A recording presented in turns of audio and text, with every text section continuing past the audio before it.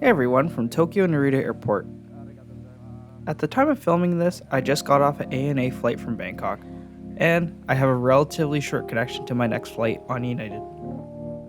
I'm flying in United Polaris from here in Narita to LA. Due to my connection, I won't have the full Polaris experience, but to be honest, I'm more in it for the seat comparison.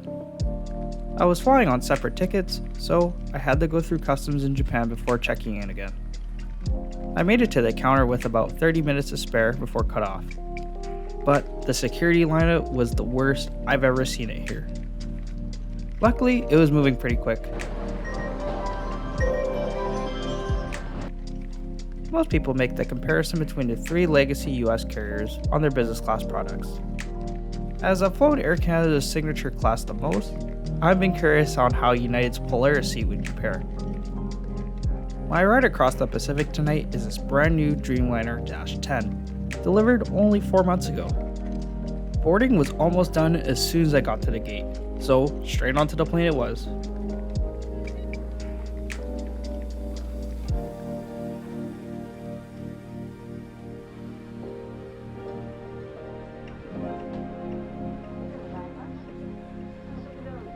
My seat right now is 10L, one of the seats closer to the aisle. Here's a quick seat tour, because there's already a million videos on the seat. We got a somewhat small IFE screen with a USB jack, and a storage cell below. A great coat hook to the side. The footrest is fairly narrow. To the side, you have all the seat controls with this adjustment wheel for the seat, a great touch. This lamp adds an overall nice aesthetic. There's a storage bin to the back that holds the headphones and a vanity mirror. The headphones take up too much space, so I just took them out. And to the back of that is a reading light. To the side of the seat, there's an IFE remote, universal and USB power outlet, and the headphone jack. And to the left, there's an adjustable armrest with a great privacy wall. Finally, there's a large tray table with a tablet holder. This really came in handy throughout the flight, and is a great feature.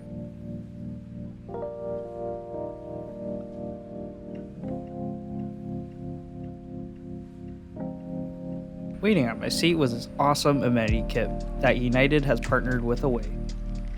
It was stocked with so many useful items. Needless to say, it was one of the best amenity kits I've ever received.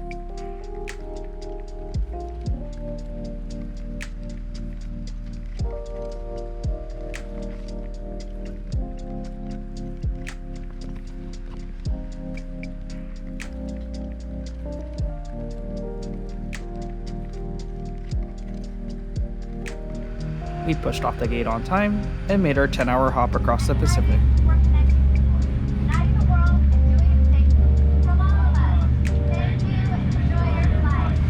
Two other items for two Mr. German our customers in United Polaris. So earlier when I said this was my seat right now, well, another passenger's IFE screen wasn't working, so I swapped seats with them. It didn't matter to me too much, I just wanted the window seat, and I already have my tablet loaded with movies.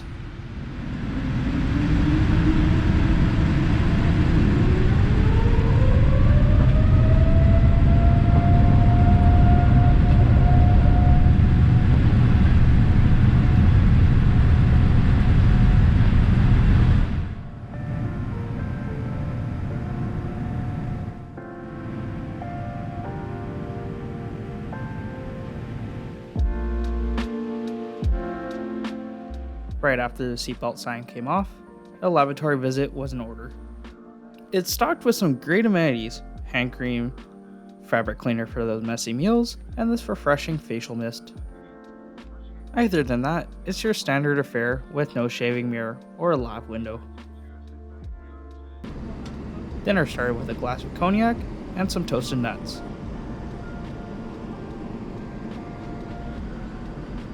The main was all served on one tray with no appetizer. Despite that, the meal tasted amazing. The pan-fried fish was super crispy and tender. The roasted eggplant was a perfect and tasty side. The salad was great too. The dressing is just super rich. And the best part, the Sunday cart is back again. What a perfect cap to a tasty dinner. Bedding is provided by Saks Fifth Ave. The blanket was nice and comfy, but I found the converted bed to be fairly narrow at the footrest. And it almost felt like I was just shy of anyone walking in the aisle. Despite all that, I had a pretty good sleep. It was already 8 a.m. on the West Coast, so it was time for breakfast. I had a spinach frittata with diced fruit. A great start to the day. Right as I finished, we were on the coast of California, with these amazing views. I'll mention there were no menus handed out, so the flight attendants were just telling all the meals to all the passengers. I'd imagine the catering company forgot to stock the menus. That was pretty annoying for all the flight attendants, I bet. The customs immigration, you actually end up at Terminal 6 arrivals. So just to give you a little heads up, by the time you finish walking out of customs hall, you'll be at Terminal 6. So here are my comparisons between United Polaris and Air Canada's signature class. The seat is really intuitive, but it lacks in space. It's pretty narrow, while Air Canada's seat has more free space and isn't staggered. The storage isn't too consistent, while on Air Canada, I can just put all my belongings in one big storage bin. The IFE, despite it being broken, has tons of the usual offerings. But the screen is smaller and the remote is pretty dated, to be honest. Now, the soft product, this is where United really shines. The meal, despite being relatively small, tasted amazing. The meals on Air Canada rarely stand out to me anymore. Once in a while, there'll be a really good dish. The branded bedding was so comfy and the mini kit was so cool. The new mini kit on Air Canada has all the exact same contents as the previous one, just a new case and brand, and it kind of looks like a banana. And on top of that, there are more additional useful items in the United mini kit. A pen is criminally underrated. And last but not least, the flight attendants on this flight were great, and were really good and apologetic about the broken IFE. They had a good and experienced sense of how to go about the service. Granted, flight crews are always different. I find both airlines on the same level. So to sum it up all here, Air Canada has the better hard product, while United has the better soft product.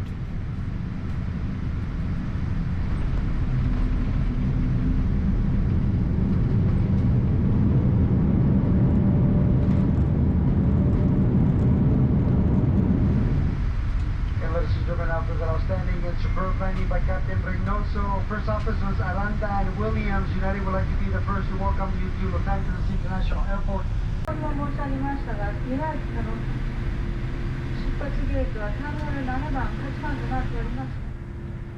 After our gorgeous approach into Los Angeles, we got the LAX special.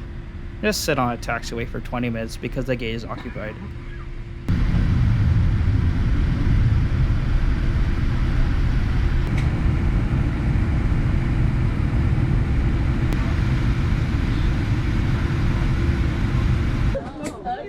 Hey, thank you so much for having me on board, guys. It's much appreciated. Hey, thanks a lot, guys. Thanks again for watching this comparison, and I'll see you in the next video.